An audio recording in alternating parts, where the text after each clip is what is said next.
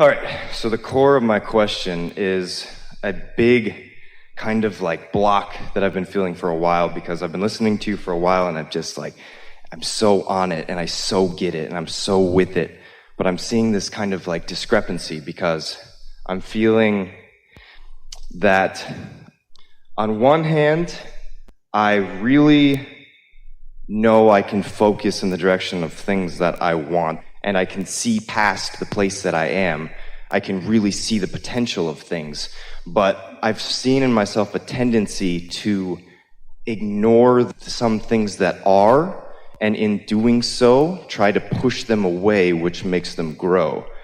Well, everything you're saying is accurate. In other words, when you try to push anything away, there's no exclusion, so you just make it more. So anytime you try to push something away, you just introduce it in a stronger way into the equation, which causes more resistance. Yes, and it builds and builds and builds.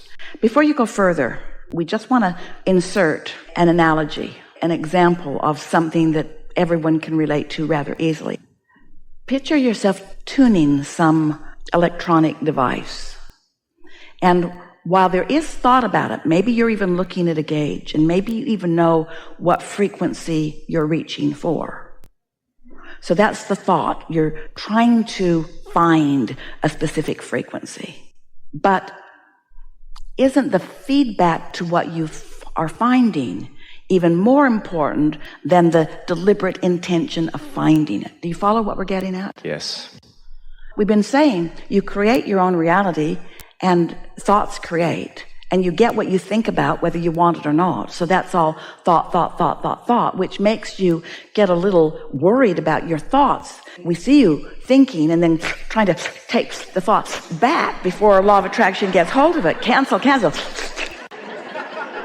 Well, we prefer that you understand that it's more like thinking and feeling, thinking and feeling, thinking and noticing, thinking and noticing. It's like any artist, whether they're painting or sculpting or even creating something musically, they are doing the thought thing, but then they are taking the feedback, and from the feedback they are responding with them. Smoother thoughts, more responsive thoughts, yes? So this applies here, doesn't it? Totally.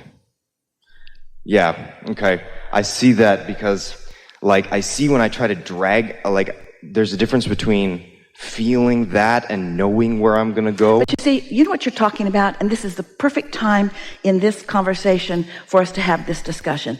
You are talking about what we were just talking about what am I under the influence of when I'm doing the thinking, when I'm taking the action. Because sometimes you're aware that it isn't going the way you want it to, and so then you start trying to figure out what to do to improve it, and you never get good answers then. And sometimes you're in the receiving mode, you're just feeling satisfied, and you're moving from the feeling of inspiration. But here's what's tricky for you, and it doesn't need to be. We're going to clear it up right now. You all really want to practice what the receiving mode from this receiving mode feels like and what the receiving mode from something else feels like. You want to practice what influence you're under. When you feel an emotion, whether it feels good or bad to you, just ask yourself, is this a satisfying feeling or not? And once you figure that out, and that's so easy to do, then if it's a satisfying feeling, then say, I'm in the receiving mode, I think I will proceed. And if it isn't a satisfying feeling, then I'm under the influence of my own doubts, my own fears, my own worries, somebody else's paranoia, somebody else who thinks they know better than me, blah, blah, blah, blah, blah. Thoughts, everything. Law of attraction causes momentum in everything. Because if you hold a thought for as little, we used to say 17 seconds, now we're saying closer to 16 seconds, it's somewhere in there. If you're holding the thought for that long, another thought like it will join it. And if you now hold that thought, another thought like it will join it, until once you get a little over a minute of that kind of momentum, now there's enough momentum in law of attraction to affect something that you will notice with your physical senses. It doesn't take much. Now, most people think that that's too short of a time. For a while, when we first started talking about that, people were carrying timers around, and we encouraged them to cut that out. They're trying to hold a thought without contradicting it for a little while. The reason that seems like an inordinately short period of time to most people is because most people do not hold a thought without contradiction for even 16 seconds. You've got this thought but going on because you've been trained to be so objective, so weighing the pros and the cons and the pluses and the minuses, that you don't really very often deliberately get a thought going. Well, that's why we don't want you to train your thoughts. It'll make you crazy. We want you to care about being satisfied, because that's the response to the thought. And just looking for something that feels satisfying, caring about being satisfied, which is the same thing as saying care about being in the receiving mode, which is the same thing as saying care about being in a vibrational equivalent to everything that you want that's in your vortex and your inner being. Oh, there's power in that. One who's connected to all of that is more powerful than millions who are not. There is so much leverage in your own absence of contradicted energy. And yet almost no one is working at that at all. They just sort of bumble through life and take life as it comes. And when something happens that is not satisfying, would you believe they keep talking about it? They keep talking about it. Keep it going. Do you know something could have happened to you 20 years ago? Remember that thing? And it would not be affecting your now vibration at all. It wouldn't even be in the mix if you weren't talking about it 19 years ago and 18 years ago and 17 years ago and 16 years ago and yesterday. And a lot of reason you talk about it is because you're trying to justify something maybe, or maybe you're trying to entertain. But the point that we're making is you keep things that weren't satisfying when they happened active in your vibration, and they continue to not be satisfying, and they continue to pile up on you and be the reason that these new fresh things that you just found don't just flow instantly and easily into your experience. Life is supposed to be fun and fast. Yeah. All right. So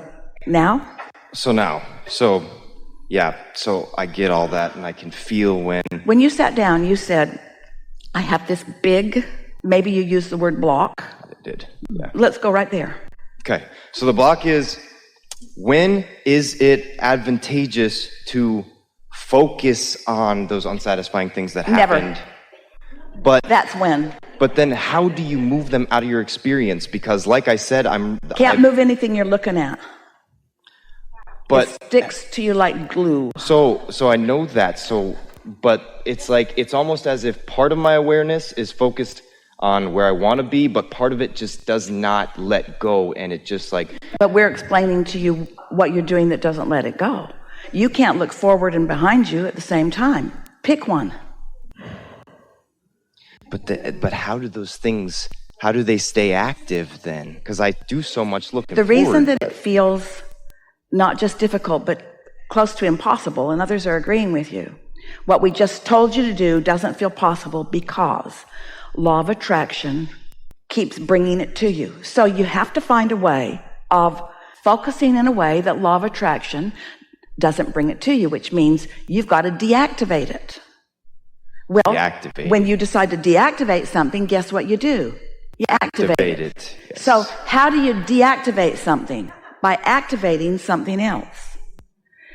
Or reboot. Shut it all down. We are recommending a lobotomy. We are recommending a practiced meditation where you quiet your mind. It might take you a week to get so your mind is really quiet. But when you focus on some sound in a room, can you hear something in this room? Fan?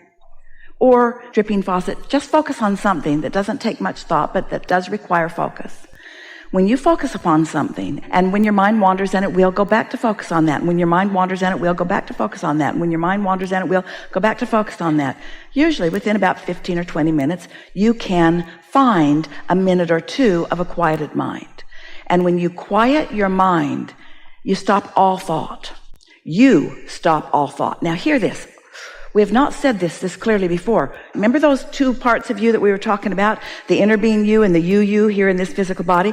You quiet the you's mind down. The inner being's mind is the only mind that is active. The inner being's mind is focused unequivocally inextricably, only completely, specifically upon everything that you have become. So when you quiet this for a brief moment in time, you are that. In other words, you just move right there.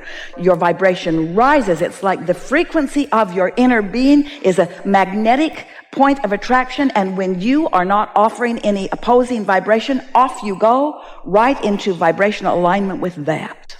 And then you're in sync with the new intention. And that old thing that happened that was active before is not active now. Now, will that one time cause all propensity to think about it to not exist? No, because there's still some momentum. Something's going to happen. You'll hear a song. Somebody will say a word. There are all kinds of triggers in your environment that could potentially take you back there.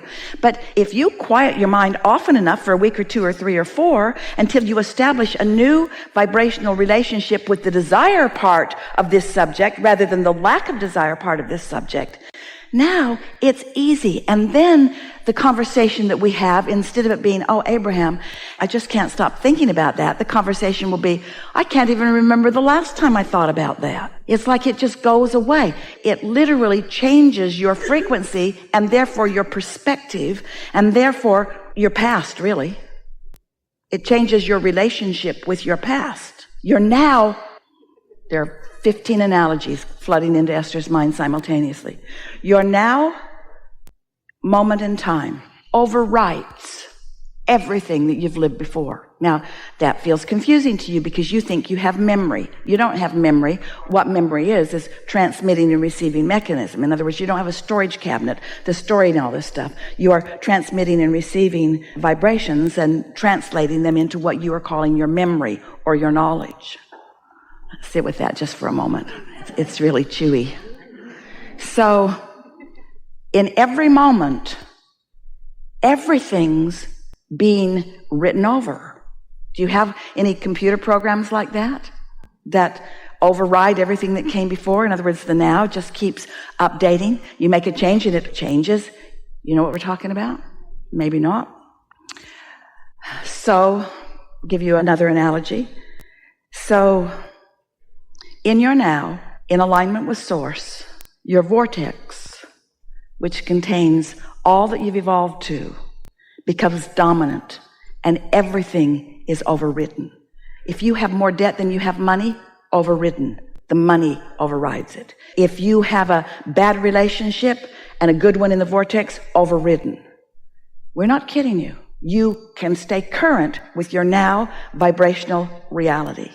So, after a while, things that used to be active that you kept updating, you're no longer updating, so they don't keep coming with you. And in their place is the new perspective, more important, the new point of attraction. The way we've said it to you that might be easier to hear, although we really liked what we just said to you. Everything is always changing, but for most, it's just changing to the same thing over and over and over again. Because you keep having the same thoughts about the same sorts of things, and so you just keep becoming new in the old way. And then it feels to you like things aren't getting better. Well, things are changing, but they're changing to what's active in your vibration. Is this making sense to you? So now, give us some really good questions. So is there anything to do other than meditate, really? Well, so meditating I get, and I love... No, you don't. Well, yes, I do. There's sometimes... We know that you get it, but do you understand that it will solve the problem that we are discussing here? It will change your vibrational frequency, and therefore it will change your point of attraction, and therefore tomorrow you could have an entirely different discussion. It will change the thoughts that flow into your mind. It changes everything. Right here and now is where all of your power is. And this is this junction where you meet you. And your inner being has been completely updated. When you know what you don't want, you put something that you do want in your vortex, and your inner being becomes it. So every time you ask for more money, your inner being, the vibrational you of you, becomes more prosperous. Every time you're confused, you become clearer. Every time somebody is not nice, the world becomes nicer. Every time you're not nice, you become nicer. Every time there's a contrasting experience, there's a vibrational reality that is the new and improved version, which most people don't move immediately to because you're too busy justifying why you wanted that by pointing out what's wrong with all of this.